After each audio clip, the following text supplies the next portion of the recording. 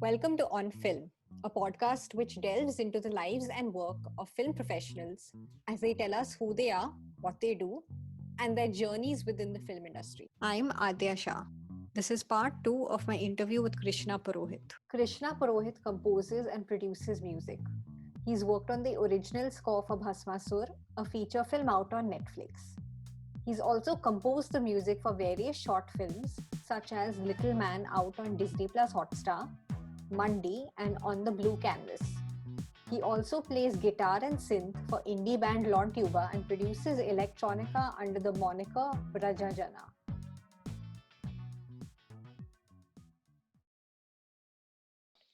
Okay, welcome back, guys, to the show. We Yeah, have we a are. special guest with us today. Okay, Yes, a script introduce. writer, an editor, an educator, a film enthusiast, and generally a very cool person. And how's it going, Miss Adya? Oh, it's going good. It's going good. You tell me. I take it you're hosting the podcast. So I am now. how are Yeah, hosting duties going for you? it's really cool. I feel very privileged, and I think I'm going to make this a thing now. Just going on to other people's podcasts and then hijacking it, and then making everything an Nice. episode of like chai time with Bunty. Oh, Bunty. Okay, listen, I wanted to ask you this. Okay. So, just to sort of give a bit of context, your name is Krishna Purohit, but everyone calls you Hmm. Bunty. I know you as Bunty. For the short, I think for the few instances Hmm. that we've spoken, I've always known you as Hmm. Bunty, and our Right. mutual friends have always referred to you as that. So, why that name? It's a name that I've had since I was very little. My cousin started calling me Bunty when I was 2 or a year and a half, and she was maybe 3 or 4, not much elder to me. But she started calling me Bunty, and then everyone in my house started calling me Bunty, or some variation of Bunty, some other syllable at the end of it. Um, What would the variations be? uh, Bantu, Bantai, Bantai, very few people, but like something buns, something. Huh. And Nice. Huh. yeah, this is something that stuck because also, uh, not by the way, not everyone calls me Bunty. There's a big chunk of people who call me Krishna. And while growing up, it was always like school friends call me Krishna, and other building friends and relatives call me Bunty. But then I went on to social media, and Orkut was one of uh, a big, like one of the more important social media platforms in my life, because I made great friends on Orkut. And I used to hang out a lot in a lot of these Indian rock communities, metal communities, and then the desi indie music scene. So everyone there had, they wouldn't put up their actual names. Like I had friends like Rumor Monger or Daddy Doodle. So Rumor Monger is Rumor. We call him Rumor till date. It's been Okay. like more than 10 years now. We still call him Rumor. Daddy Doodle is still Daddy for us. And Anavrin, I think you must have heard of this name, Anavrin, Yes. maybe. Yes, Sankhe. Anavrin, Sankhe, Sankhe. yes, Sankhe. So his name is not Anavrin. It's a pseudonym. So everyone had pseudonyms. So then I thought, yeah, I have a nickname. Might as well just use that. So my name on Orkut was Bunty exclamation mark, and my second name was Woohoo exclamation mark. So it was Bunty Woohoo. Okay. Yeah, and that's how, like, the scene started calling me Bunty, and then Mhm. it. Ah, okay. Did you always want to be a musician, or always did you always want to pursue No, music? no. I didn't know I wanted. I didn't know I would have anything to do with music uh, till I was like, I finished my school and I was 16, and I was going to college. So before I joined my college, I was like, okay, I have to get cool now. I'm gonna go to college, and I have to be cooler than who I am right now, because I'm going to go to Mithibai and there'll be all of these cool people over there. So kind of maybe an insecurity, but also like I just like wanted to explore my coolness. That's really why I started learning the guitar. But I had a great teacher who like we explored so much great music, and then I genuinely got interested in music. But yeah, I didn't think I had any musical talent whatsoever till I was 16. And even after that I never had the till I was, say, 20, I didn't have the courage to actually think, or the confidence to think that maybe I can make a career out of this. And not to say I am very confident about that thought right now. It's still like, it's a process. But till after 20 I was like, yeah, maybe I it was more of like rejection of what I had been doing. I'd been studying commerce, and I was on the path to do my CFA, probably CA, and then an MBA, and then get married to a Sindhi girl and all of that. Like, this was not my path. Like, my cousin had charted out this map for me, and he was being helpful. But I was not, this wasn't my plan. And I realized I was going along with it because I didn't make any plans for my own. I was just happy to just join along for the ride. But then later I realized it sucked for me. I wasn't interested at all. So then I thought, yeah, I don't want to do this. What am I doing right now? Okay, I'm doing music. Maybe I should, take up a technical job, because technical sounded a bit um how do I put it? A little bit more secure, because what if I'm not that creative? What if my creativity doesn't hit the spot? So I thought maybe I should become a sound engineer. And that's when I like even remotely entertained the thought of being, um, you know, being a music related professional. So, did you study sound engineering? No, I was going to. I had plans to. I went and checked out a couple of sound engineering schools, and at the same time, this other friend of mine joined Whistling Woods, and we both were in Mithibai, and we quit Mithibai together in our final year, because we are like, this is fuck all. We shouldn't be doing this. Why are we doing this? Because even he was like interested in filmmaking. I was interested in music, and we hated the drag of going to college every morning. You can't like, for 4 years a commerce student is given the freedom to do whatever the hell they want. My attendance was literally like probably 3% or 2% in my first 4 years of college, and in the fifth year suddenly, like, you have marks for attendance, you have to attend every day, you have to submit projects. And I'm like, boss, you can't, like, for 4 years you can't give us so much freedom and suddenly be so anal about it. And they were really rude. Yeah, that was this other thing. They just thought like, yeah, we can be really rude to our students. Not some of the faculty, but even the non-teaching staff over there was very. They were some on some other power trip. So we just decided to quit college. So then, because sort of quit college together, we knew that our paths were somewhere headed together. Then he joined Whistling Woods, and then he invited me for one of his music lectures. He said, we have a music lecture which was specifically for filmmaking students. So it wasn't getting into the depths of learning how to sing probably, or how to play an instrument. It was what filmmakers need to know about music. How does music tell a story and stuff like that. And the faculty, the HOD of music over there, was the guy who was conducting the lecture. He was very helpful, very resourceful in me taking up music as music, and composing music for films. uh, it was just chance. Like, I thought I'd just attend this lecture and then maybe take some inputs from him about attending sound recording, sound engineering school. And he was the one who suggested, boss, don't do this. uh, you will end up wasting your time. You don't want to, waste your time and money in a sound engineering school. Because no disrespect to any of the sound engineering schools, they offer a lot of things of value to people who've probably been like, who need them. But at that point I had been doing a lot of live I'd done a lot of live events. I'd started my own production journey by my own. So he felt in our conversations that it would be of value for me to just probably assist him and learn more about sound aspect, the technical aspect on the job.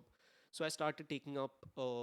I started assisting him as his assistant in the film school, and at the same time, the faculty had the facility had one more studio which was away from the campus in Bandra. It was called Bandra Base, and that was more of a live event. A lot of jazz gigs, Indian classical gigs happening over there. So he also appointed me as the sound engineer, the live sound engineer there. So I just learned on the go. I was just like, pushed into the not pushed. I jumped into the lake and I thought, okay, let's learn how to swim. But it was a relatively safe place to learn swimming because I had someone to guide me. I have major respect and love for this teacher of mine. His name is Dee Wood. Hmm. He's Yeah. from California. He's been in India for 17 years now, 18 probably now. You also play for a band. You also play for Lawntuba, and I have had the privilege of hearing you guys. I think twice Yes. now live. I think Yes. twice in 2019. So I want to know: do you prefer? I mean, do you prefer being a performer, or do you prefer actually composing? Like, what is the thing that you feel the most excited Hmm. about? Hmm. Wow. That question suddenly makes me feel very vulnerable, but I like it. Okay, that's the idea. That's the idea.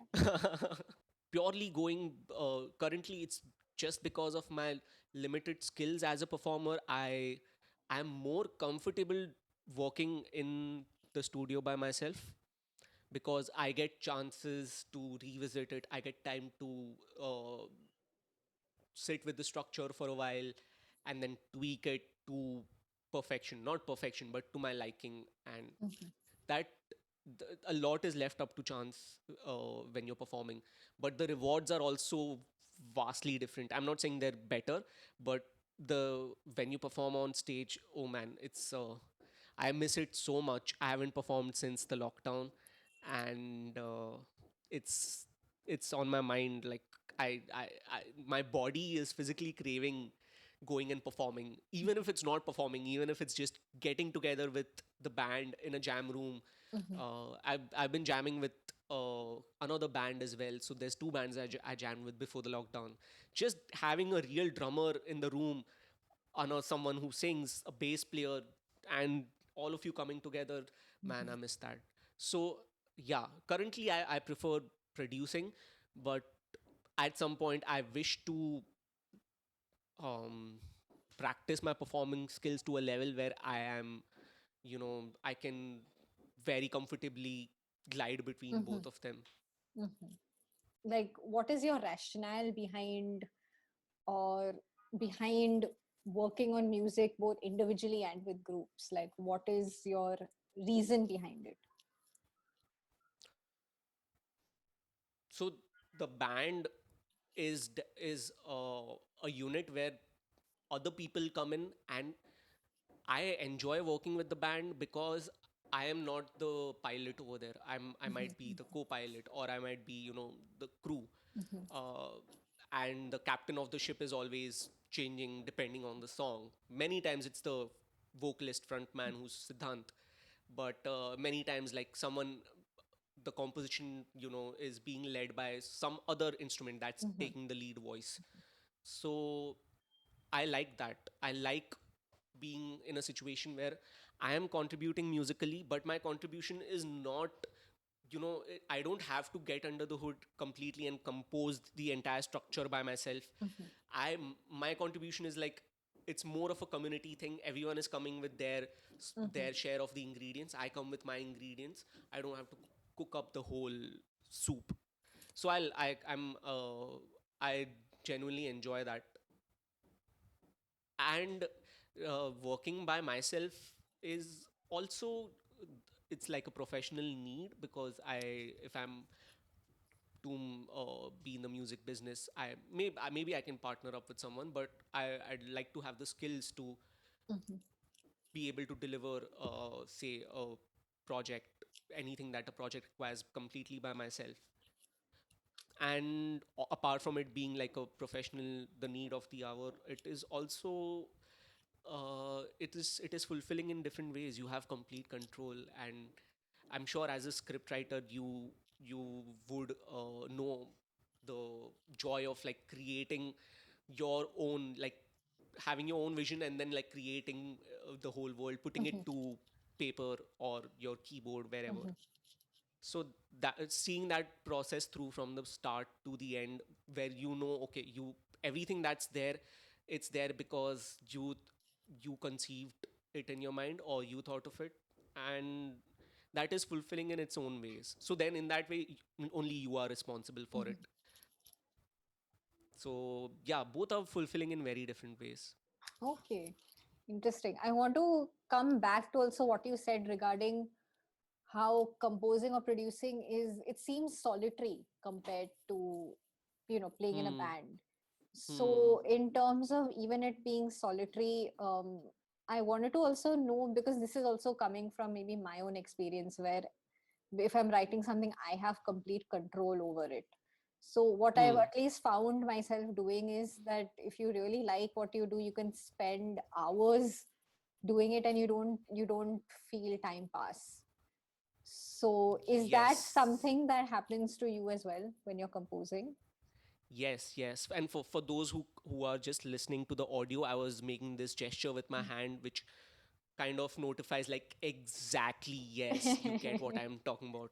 Huh. Uh, yeah, I like I 100% agree with that sentiment. I experienced the same thing, and yes, very much yes. Cool. Also, I wanted to come back to your solo work. So you are releasing music on your own under the name Braja Jana. Am I Braja Jana, yes, yes. That's what? I wanted to ask what it means. it's just a nice sounding word. It's a word that I picked from Bengali bhajan. It Okay. means the people of Jana means people, and Braja means Vrindavan. So Okay. Braja Jana means people of Vrindavan. Mhm. And yeah, I mean I'm not a very religious person, though I have a fascination with religion, religious art, and the idea of religion. I'm fascinated by it. So I, I I mean, going by the stories of like Krishna and his early Vrindavan is basically the birthplace of Mhm. Krishna. Mhm. Wait, not the birthplace. That's where he grew up. Mhm. Vrindavan is where he grew up. So I imagine like the people of Vrindavan to be like very colorful Mhm. and always jolly, and everyone there was like, this is what is written. I'm just taking it as a story, not as a literal thing, but it is said that people of Vrindavan were always ecstatic and completely in bliss because of Krishna's presence over there. Mhm. And so that's, yeah, it's just a nice worldview in my head. Like people, I imagine everyone's like, it's just holy every single day, they're playing holy, and like flute music is being Mhm. played everywhere, everyone's ecstatic. That's my imagination. Mhm. So, and I like the sound of the word Brajajana. It's got a rhythm to it. Yeah. Yeah. I wanted to also regarding, so I've just heard your new single Darbar. So Oh it's yes. very interesting. It's an interesting kind of fusion sort of song, and I wanted to sort of know where that sound stems from. Hmm. Fusion is a very good word over there because it is first, a big part of it is directly coming from the fusion music I grew up with. Mhm. And I grew up listening to, especially during like my early teenage years, uh, when I was 13 to 15, 16. I heard a lot of fusion, Punjabi fusion music, Mhm. Mhm. like Jaggy D, Jay Sean, Rishi Rich. and Bali Sagu, Mhm. and of course like the oh ho ho guy, man, Yeah. Sukhbir. Yes. Yes. Yeah. So I loved the Indianness of it. I grew up with it. I could connect with the Indianness of it, Mhm. and the grooves were also strong. They were not like, the grooves were not the cringy 80s grooves that I don't know what happened to music in the late 80s of Bollywood. Suddenly, like for a big, not a big, but a certain amount of time, there was just like cringe music, and Mhm. I dissociated myself with that completely. And but then this is the Indian music I could relate to. Now I've gotten to a point where I appreciate a lot of the older Hindi stuff also. Not older meaning retro, but stuff from the 90s as well. But at that point, I was like, okay, this is Indian, and I can really relate to this. It's cool, it's groovy. Mhm. Though the lyrics might be slightly cringe in retrospect, but yeah, it was basically just that. That Mhm. a big part of it, just that influence coming in. Um, and I was also influenced by Achint. If you've heard of Achint's first Yes. album, Yeah, yeah. yes, What is the name of his first album? I've Shalimar. Yes, yeah, yeah, I've heard Shalimar and I've heard the one after that, which he's done with the Khan brothers. Ha ha ha I've ha. heard both.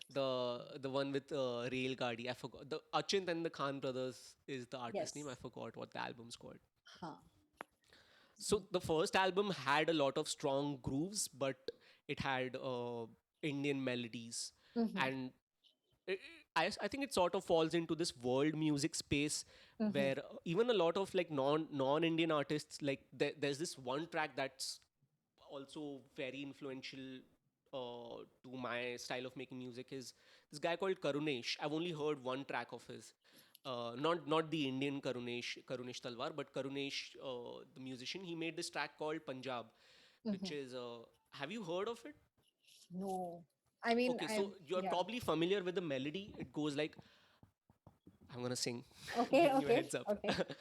आओ हुजूर तुमको सितारों में, that one. Yes, yes, I've So heard it. so yeah, so then there's like some strong uh like I don't know if you can call it hip hop also. It's not hip hop, but there's a strong groove that suddenly comes along with it, Mm-hmm. and that the marriage of like strong western groove with like very bold Indian melodies Mm-hmm. sung, very openly from the diaphragm. That Mm-hmm. I loved it. I loved that space. um Bombay Vikings did it with his own in his own way. Mm-hmm. With he would take like v- old Indian melodies and then put like really good Mm-hmm. groovy sort of electronic beats to it. So it's just my fascination with that, with this single especially, Darbar. And then yeah, I know that I started off my production not with film scores but with electronic music. So Okay. I have this keyed of just screwing around with electronic sounds. It's just very indulgent, I know, but I like it, and hopefully like there'll be at least like one person who's like, yeah, I connect to this. So it's just that. That's nice. I think you had put this up on social media. I think somewhere you said that the person's voice in the Darbar track uh is I think your friend's mother or something like that. yes, yes, Huh. yes, So yes. what was that? How did that happen? I'm a chore that way. I just like find something good and I will sample it. Hmm. I love sampling because sampling is even though it's associated with hip hop primarily, but I just feel like sampling in in many genres it can work well, because you take a source that doesn't traditionally belong in the music that you're creating, and Mhm. then you sort of put it there, and it becomes this wonderful collage. Mhm. A collage is like, the best reference I can get, and I love that sort of like, sound collages. And so I am always on the lookout for like, okay, this sound is interesting, maybe, we can sample that, maybe we can sample that. So I heard it the first time, and honestly, the first time I heard it, I was just fascinated with her voice. And then the second thought was like a greedy thought. Maybe I can just like, use this and maybe Huh. steal it and use it for my benefit. So Huh. but thankfully, like, they were very sweet about it, and they were also thrilled about it. They were glad that I liked it, and I heard the whole track, and I took like parts and I spent time editing it. So she was appreciative of that fact that, like, it's not just like I just took her voice and just put it like that. Do you want to? I would just want to listen to a little bit of it.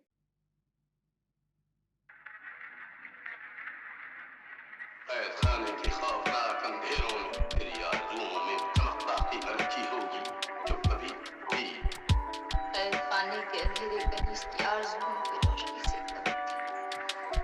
अंधेरे और बढ़ा दिए जाएंगे आरज़ुएं और बढ़ जाएंगी और बढ़ती हुई आरज़ुओं को कुचल दिया जाएगा और जिंदगी लाएंगे इंसान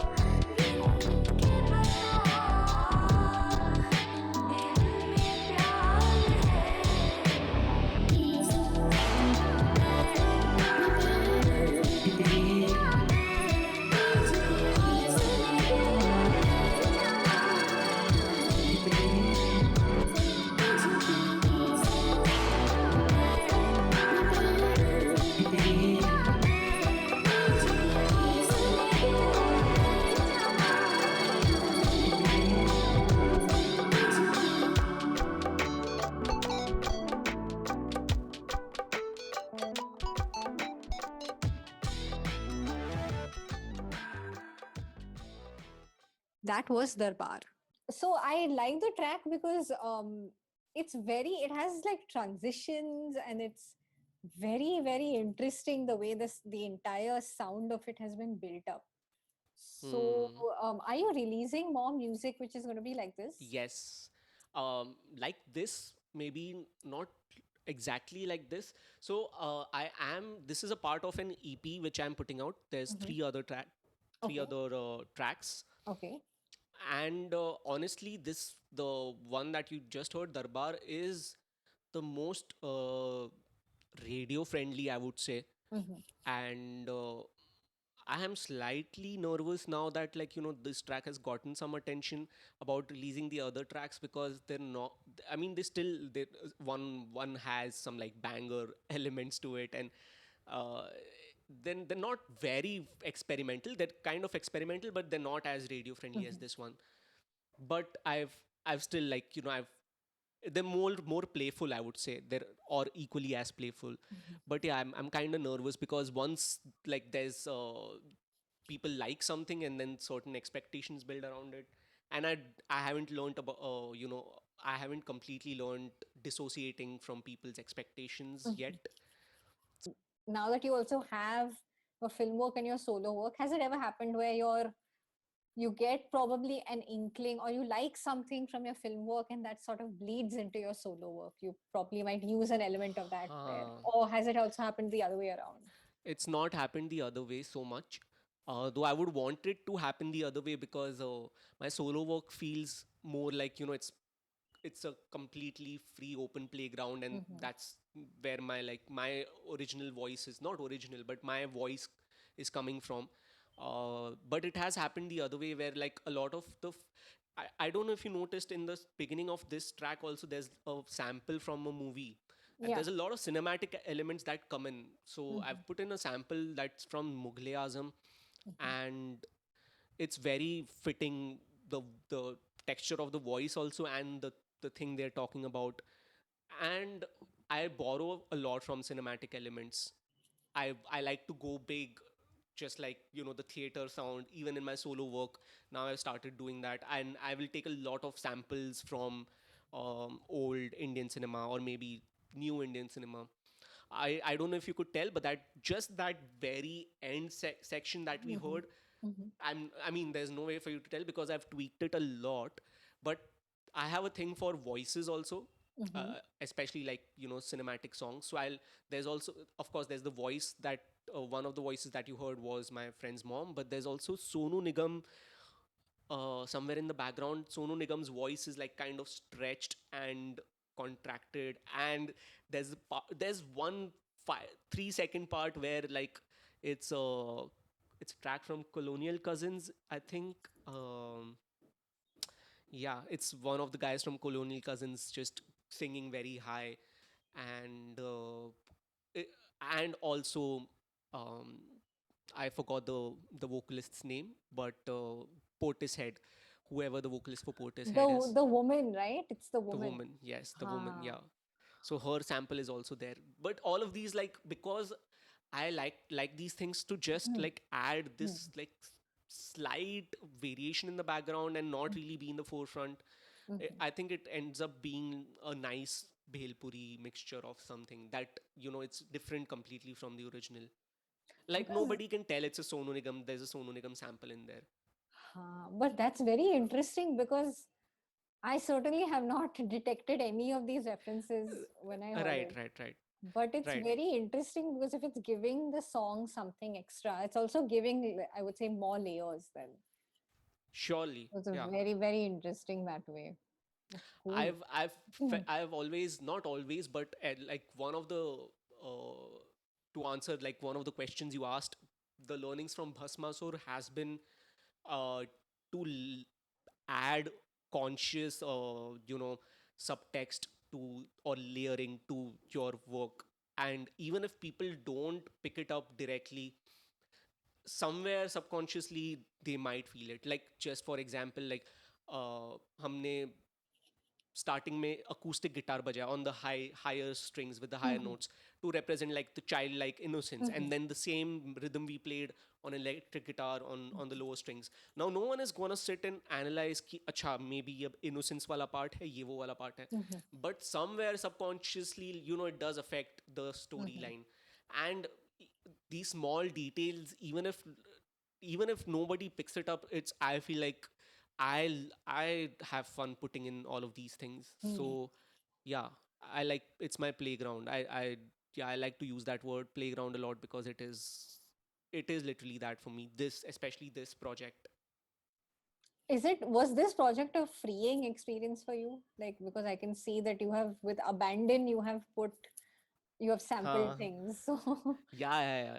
Yes, freeing is a very good word. It was very freeing. I had started a couple of tracks earlier, but most of the album got finished during the lockdown, where Mhm. I, just like many other people, had a lot of free time. And yeah, not just free time, my brain was also not as neurotic. It was neurotic about other things, but I had a lot of brain space, so I was like, let's go wild.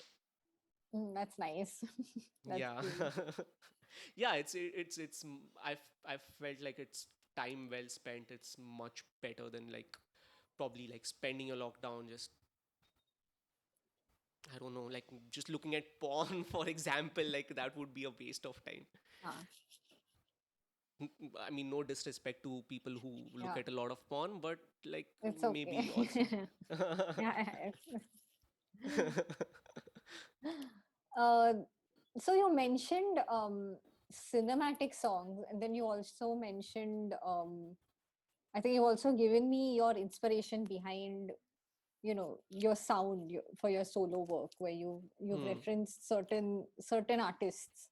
So what I want Right. to know is, have there been any film composers who have really sort of had an impact on you, where it may not necessarily even be in your work, but just probably Hmm. hearing or seeing something when you were a kid or even now sort of Hmm. stays with you, like some aspects of their work? So there are very specific film soundtracks composers bhi hai, like two people that come right off the bat, like off the top of my mind are like, one is A.R. Rahman, where he's like the uh,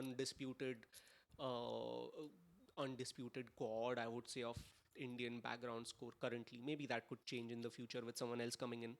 Um, and there has been Hans Zimmer, who has consistently like given a sort of soundtrack which I've always liked.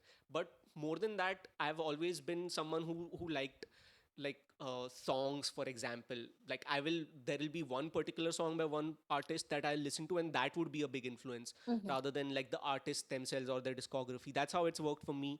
So there have been very iconic songs or iconic film soundtracks that have been like a big influence. And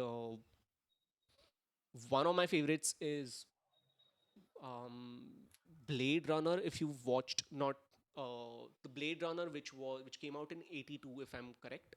It was composed. The album was composed by a Greek composer called Vangelis.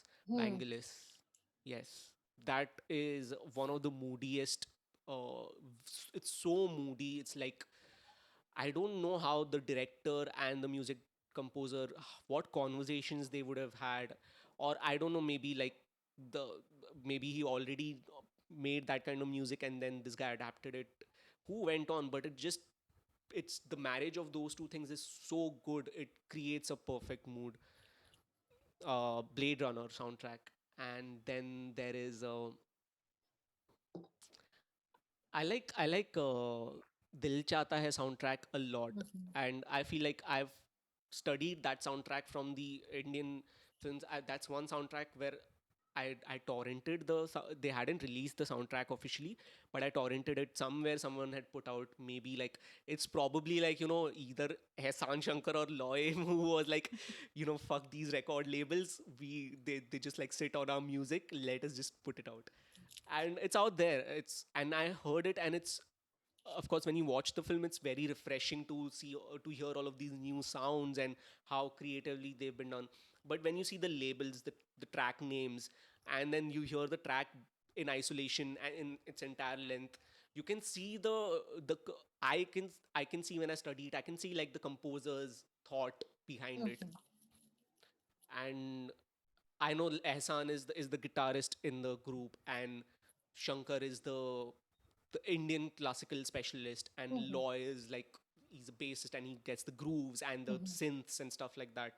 So I can probably imagine what, okay, this is something that came from Loy, or this is something that came from Ehsan, and how these ideas, three minds working together, how beautifully I think this is a very Indian concept, right? I haven't heard of like music composers in the West, like duos or trios working together.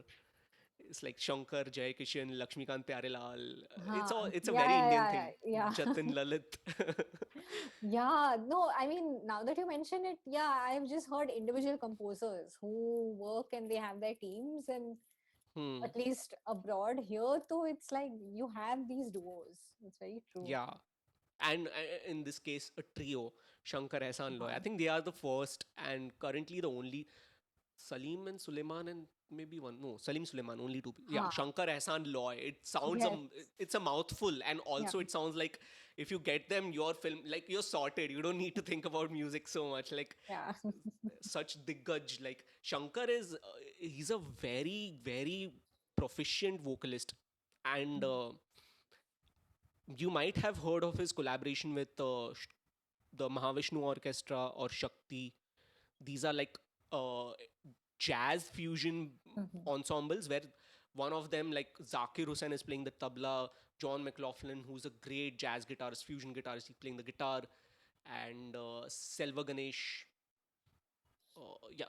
is playing like this ghatam. Okay. Man, fantastic ensemble.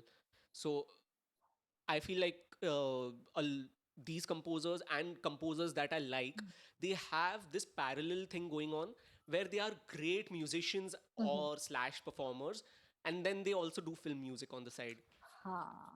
Like That's Ludwig Göransson, for that matter. He did. He's a producer also, and he did Childish Gambino's yes. albums, Yeah. initial albums. Yeah. So that is fascinating for me. Like, you are doing music, and then how do you adapt it to film? Trent Reznor, Hmm. his work with s- the Social Network I liked, but uh, there's one more really dark film he did with David Fincher. I can't remember the name. Was it Gone Girl, or was Yeah, it? yeah, yeah. Gone Huh. Girl, Gone Girl. Yeah, yeah. Where yeah, very good film. Uh, there are moments from the film that are, like, etched in my mind, maybe because of the music in the background. Dunkirk is one film, man. Dunkirk just Ah. changed music for me. I'm like, this is a whole different level of music. It's more of an experiential thing. And i I felt like I was at the edge of my seat Hmm. throughout the film. There's only like one breather in the film, and the music has a big role in that. Music has, like, I would say, like 50%. Can't put stats to it, but a very big role in you being like, एक minute की चैन की सांस नहीं है वो Mhm. film में. Mhm. You're always high stress. So I like that experience also. I like how. And Yeah, yeah, sorry, yeah, go ahead. sorry, go on. No, no, you go ahead. No, You go ahead. before I forget, just one more filmmaker I want to add is very different in terms of filmmaking, music scoring, but Wes Anderson, where Hmm. he brings in songs, or he will bring in, even if he's composing, his composer is like, he also like creates this like Wes Anderson esque world where it's all kitsch and cute and indie and twee stuff like that.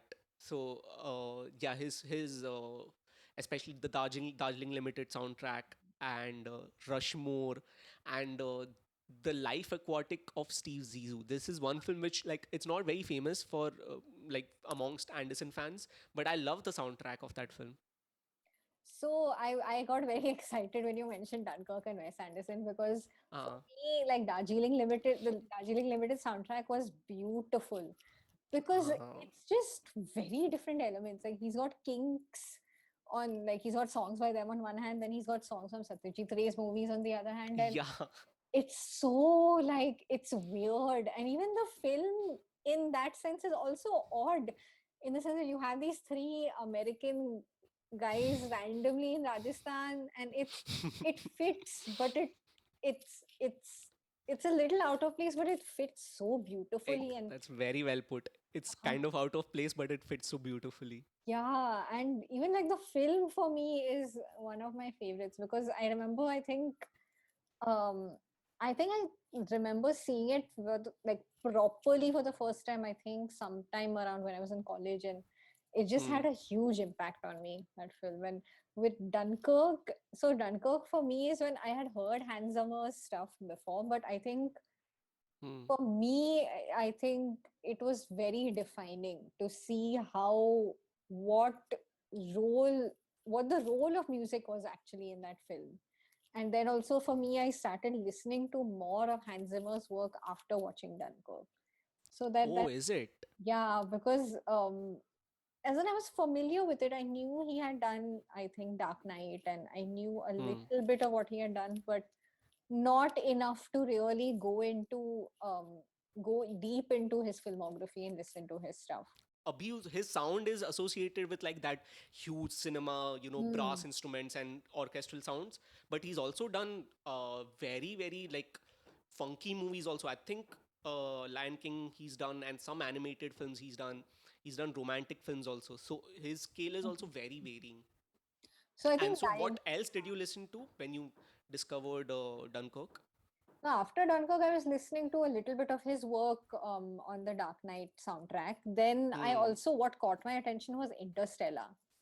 Hmm. So Interstellar was again very, very interesting, because I think he had organ sounds very randomly, Yes. and that was again quite interesting. And I don't remember what else, because this was a while back, very unfortunately, Right. Right. that I sort of went through his entire thing in a week. So, Okay, you so binged it. I binged it, and then I've like forgotten bits. Like very, Yeah, yeah, that it's kind happens. of like watching a show where you binge it and you finish it and you feel satiated, Right. but then like a Yeah. month or two later you forget. You just Yeah, exactly. And I have friends around me who discuss these shows, and then they discuss a certain scene. I'm like, wait, I have some faint recollectings of this happening, but I feel like you're spoiling it for me. Even though I watched it, wait, don't discuss it with me, because even I forget.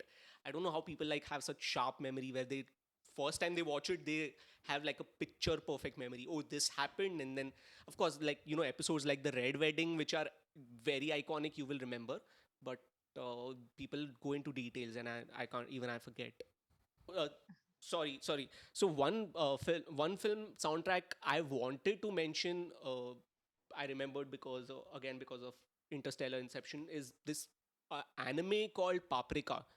Mhm. That soundtrack is like, I feel like anime soundtracks generally, they put in a lot of effort, and the films I've watched, they don't go with that template system ki acha orchestral music for these sections and then piano music for this section.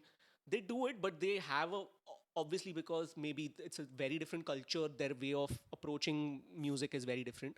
But this film in particular, Paprika, it was a, it was one of the influences for Inception, but it's way wilder than Inception.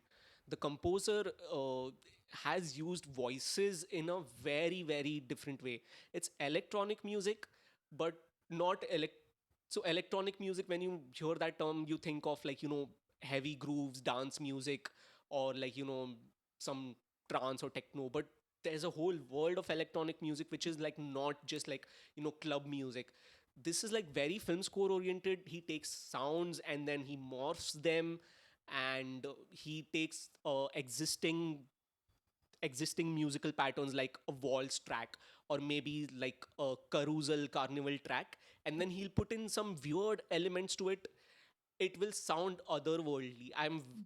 I think that achieving something like that, if I do even one film like that successfully in my lifetime, I'd be very happy. That's one of my favorite soundtracks, Paprika. I definitely check it out. Yeah, It if you seems like interesting. if you like trippy stuff, you will love the film. So too, what stands out for me with your experience working in film and with music is, at least with film, you seem to be, are you a freelancer essentially? Yes, So I am. what is that experience like? How do you get work? Is it, do you like freelancing? Yeah. Uh, Freelancing is difficult. It's a tough one, man, because it's a lot of you managing your business and not just your craft. It's you Mm-hmm. building a business. Mm-hmm. And I have realized that my I have businessmen in my family. My dad's a businessman, my chacha, all of them are businessmen. But I don't really have all the business skills it takes to build a successful, Mm-hmm. a musical enterprise. I'm getting there, and I've started realizing the importance of Mm-hmm. building the business skills. But the realization hit me a lot later, and there was no one there to tell me that. There were a few people who always guided me, but there's only so much people can tell you, and things go through your head when it comes to things about marketing or branding, or say even pricing, stuff like that. So i've I felt I've most of my most of my career that I've had so far, I felt sort of uncomfortable dealing with these aspects. But I've come to accept and like the branding aspect of it, building my own brand. And I'm sure, like, I've spoken to people, I've had conversations with people who have been reassuring, and I'm sure I'll get to a point where even things like marketing and pricing and stuff like that will be a little bit more comfortable. So freelancing is both things, right now, today, when you ask me this question at 6:35 p.m., I like freelancing. Okay. Okay. Maybe, yeah, tonight, if you ask me, maybe I'll just crib, I'll go on a 1 hour crib session, and then, like, yeah, So that'll be that. so it seems a little sort of up and down. Huh. That's a good way to put it. It's kind of, it's also like, my life trajectory, where it's some days happy, some days sad. Overall, there is a feeling of growth and going uh, uphill, and the general levels of happiness. Not talking about everyday happiness, Mhm. like, I ate an ice cream today, I got late today, that sort of happiness. No, Mhm. I'm talking about like deeper happiness, where uh, are you feeling fulfilled on a daily basis? That is sort of growing. But every day is like, maybe today, a good day, maybe tomorrow not such a, maybe I shave and I cut myself, maybe I'll be sad about it, or Mhm. maybe something else happens emotionally. So that's sort of like freelancing also. And also it's because I'm on my own. I i don't have to answer to anybody.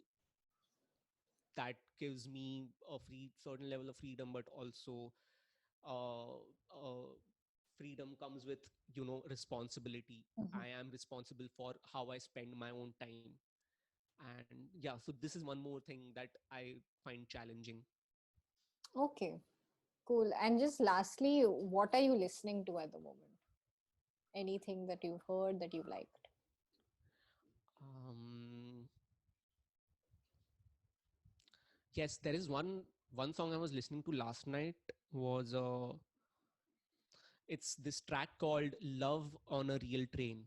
Mm-hmm. And it's by this artist called Tangerine Dream. But the artist put it out way back in the 80s, but they used it for the Bandersnatch soundtrack. And Oh, okay. yeah, they used it at a very nice point, and I heard it at that point, and I was like, wow, this fits so well. I'd heard of this track. I'd not heard of the track. I'd heard the track very well. It was one of my favorites long time back, when I was in college. But I heard it again in Bandersnatch, and then I've been looping it Mm-hmm. for a while. And there's one more track by this band called Parcels. Uh, Yes, I love parcels. Yeah, yeah, you yeah. like Parcels? Yeah, Do yeah, you yeah. Have you heard this song called "I Know How I Feel"? I haven't heard that one. Is it, when have they released it? I think 2017. I think so. Okay. I might be wrong, but they put out a live version of it where they are playing one song, and then they transition from that song directly into this. So it Okay. starts off dark, and then Uh-huh. suddenly, like, they get into this. The guitar riff is so cool, it's so funky, and watching them play live, it's something else. I will send you the video link. I think you Sure, will really sure, enjoy sure. it. Cool, cool, cool. I can't wait.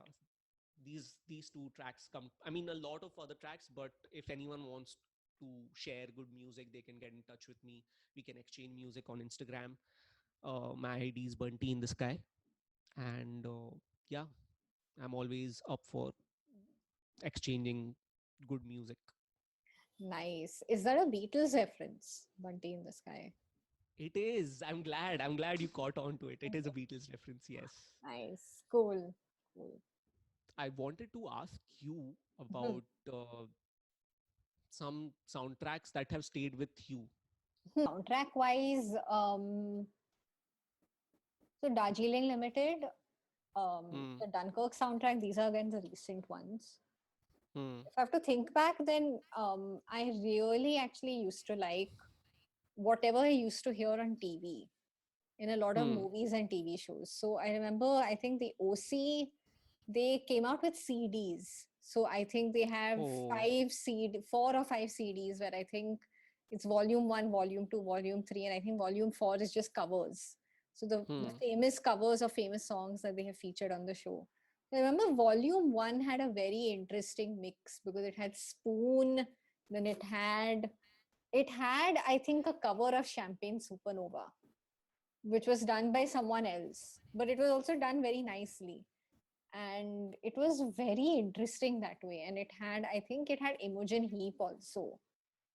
Maybe I'm Ah. confusing volume one and volume two, I'm not sure, but it had these Hmm. artists and it introduced me to a lot of Hmm. stuff.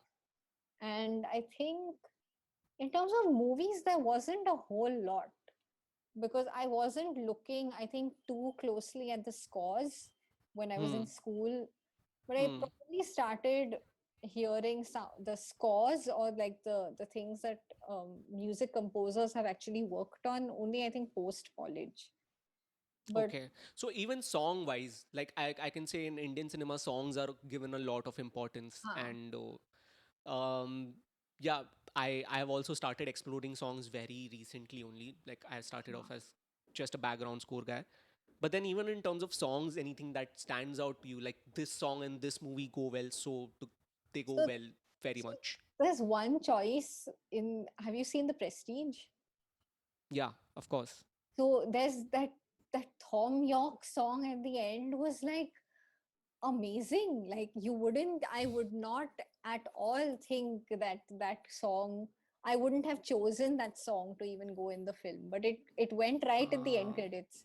And that's actually how I discovered Radiohead. I discovered it through Thom Yorke, which was like, oh, which is I liked the fact that like this one thing has introduced me to this other person something else. But right. coming back to just the song, I think it was from his album called The Eraser. Eraser, yeah. Yeah, I And know the then song you're I talking about. actually and then I actually went and I bought The Eraser. And Wow. I quite liked, I found the cover art very dark but very cool, because I think it's Mm, this guy who does all their artwork was doing the artwork for Thom Yorke, and I remember very liking the sound of what Thom Yorke was doing very much. So I remember just that song was very interesting, and I think also Little Miss Sunshine. oh, yes. Little Miss Wow. Sunshine had a very What interesting a score, throwback. Yeah. and School of Rock. Oh, man. Oh What my a god, film. that was something What a else for film. me, because it also introduced me to, I think, I hadn't heard Black Sabbath before Hmm. I watched School of Rock. But then it also introduced me to Immigrant Song, and then it Right. introduced me to Iron Man, and it introduced me to other things. So the song choices there were incredible, because they They were were fantastic. Yeah. uh, Cool.